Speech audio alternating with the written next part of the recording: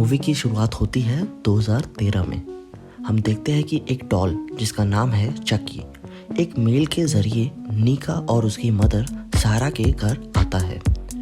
निका और उसकी मदर सारा जिस घर में रहते हैं वो बहुत ही पुराना घर है।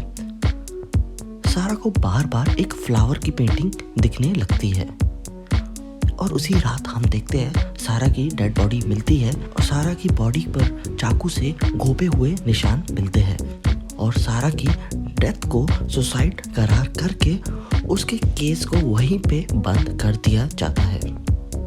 और यहाँ से मूवी कर्स ऑफ चकी की शुरुआत होती है। इससे पहले आगे बढ़े लाइक और सब्सक्राइब जरूर कीजिए और अगर आप चाहते हैं कि हम कोई मूवी आपके लिए लेके आए तो कमेंट सेक्शन में ज़रूर बताइए। अब कुछ टाइम बाद हम देखते हैं कि निका की सिस्टर बार्ब, उसका हस्बैंड इयन, उनकी बेटी एलिस, नैनी जिल और फादर फ्रैंक निका के यहाँ आते हैं।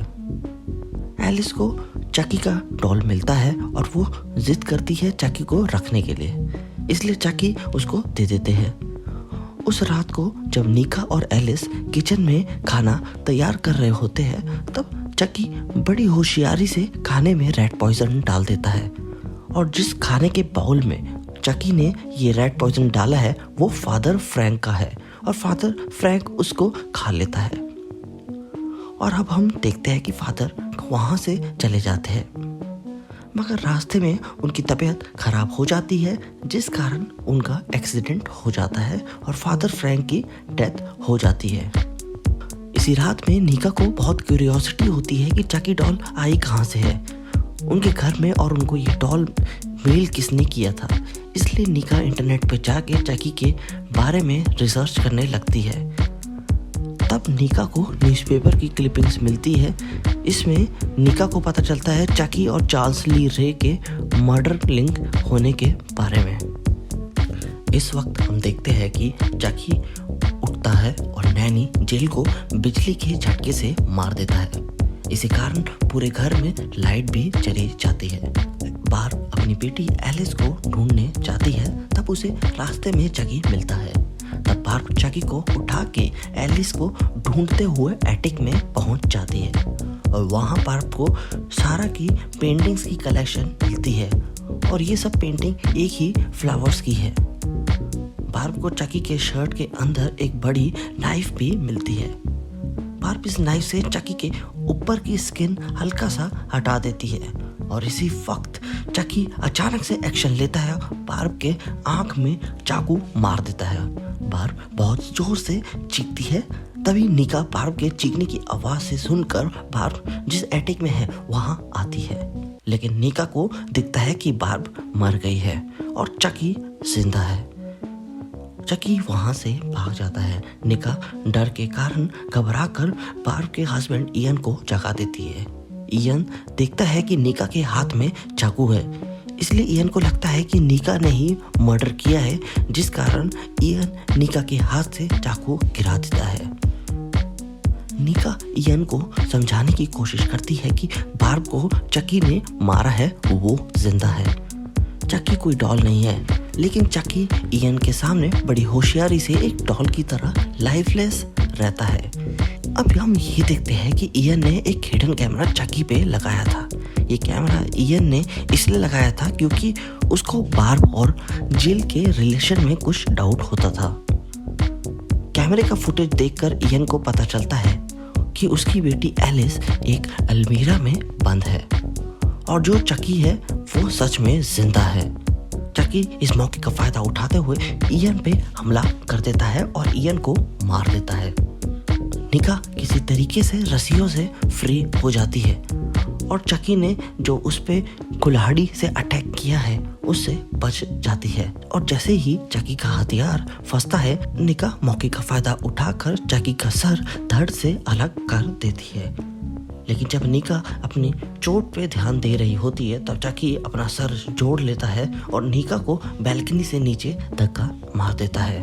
अब हम देखते हैं कि निका चकी से पूछती है कि वो ऐसा क्यों कर रहा है। तब हम देखते हैं कि चकी निका को फ्लैशबैक के जरिए दिखाता है कि चकी पहले चार्ल्स ली रे था। वो नीका की फैमिली का फ्रेंड था। उसे नीका की मदर सारा से बहुत ज़्यादा लव ऑब्सेशन होता है। रे को पता नहीं चलता, मगर वो ऑब्सेशन में इतना डूब गया था कि उसने नीका के फादर को जान से मार दिया था और सारा को किडनैप कर लिया था। सारा को जब किडनैप किया था तब सारा प्रेग्नेंट थी नीका से। सारा को रे रोज फ्लावर्स लेके देता था और जो फ्लावर्स वो देता था वो वही फ्लावर्स है जिसकी पेंटिंग सारा को दिखती थी। लेकिन एक बार सारा ने उसकी बात नहीं मानी, तब उसने गुस्से में आकर उसके पेट में चाकू मार दिया था। इसी कारण निका भी जो पैदा हुई थी उसको पैदाइशी हेल्थ प्रॉब्लम थी। लेकिन इस इंसिडेंट के बाद रे जब पुलिस से बच के भाग रहा होता है तब उसकी डेथ हो जाती है। जब चकी ये सब फ्लैशबैक के जरिए दिखा रहा होता है तब निका भी इस वक्त किसी तरीके से वक्त काट रही होती है और मौके के तलाश में होती है। अब हम देखते हैं कि निका लिफ्ट में किसी तरीके से पहुंच जाती है और चकी के हाथ से हथियार गिरवा देती है और उस पर चाकू से हमला भी कर देती है। अब थोड़ी देर में हम देखते हैं कि एक पुलिस ऑफिसर जो फादर फ्रैंक की डेथ केस में इन्वॉल्व है वो घर में आता है। तब उसे दिखता है कि निका ने खून से लटपट चाकू हाथ में पकड़ा हुआ है और वो बार्ब की बॉडी के पास है। अब मूवी में आगे हम देखते हैं कि निका को पागलखाने में एडमिट कर दिया जाता है और चकी को पुलिस वाले सबूत के तौर पे रख लेते हैं। पुलिस ऑफिसर जब अपनी कार में बैठता है तब उसे दिखता है कि चकी को जिस बैग में से कोई सांस ले रहा है। पुलिस वाला हैरान होकर बैग खोलने लगता है, मगर अचानक से टिफनी आती है और पुलिस ऑफिसर को मार देती है।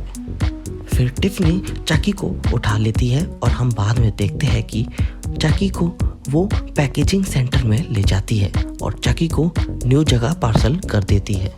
अब कहानी के एंड में हम देखते हैं कि एलिस अपनी दादी के साथ रहती है।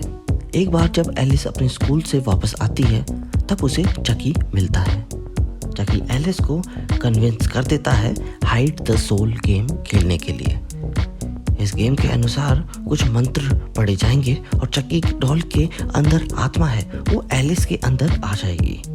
अचानक से हम देखते हैं कि दादी उठ के बैठ जाती है और उनसे सांस नहीं ली जा रही होती क्योंकि दादी के मुंह पे प्लास्टिक बैग बांधा होता है।